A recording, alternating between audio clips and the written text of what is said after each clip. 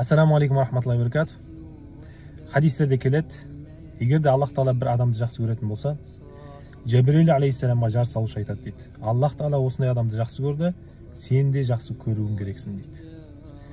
Сөйтіп Жабирил алейхиссалам оны жақсы көреді, бүткіл періштелерге келіп айтады.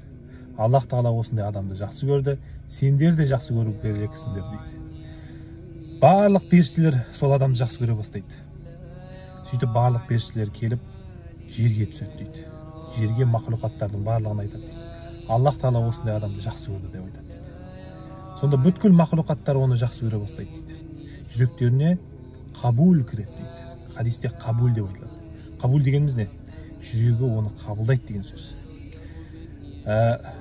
Қандай да бір адам болмасын, ол адамға деген жүрегі ашық және де сол адамды жақсы көріп тұрады.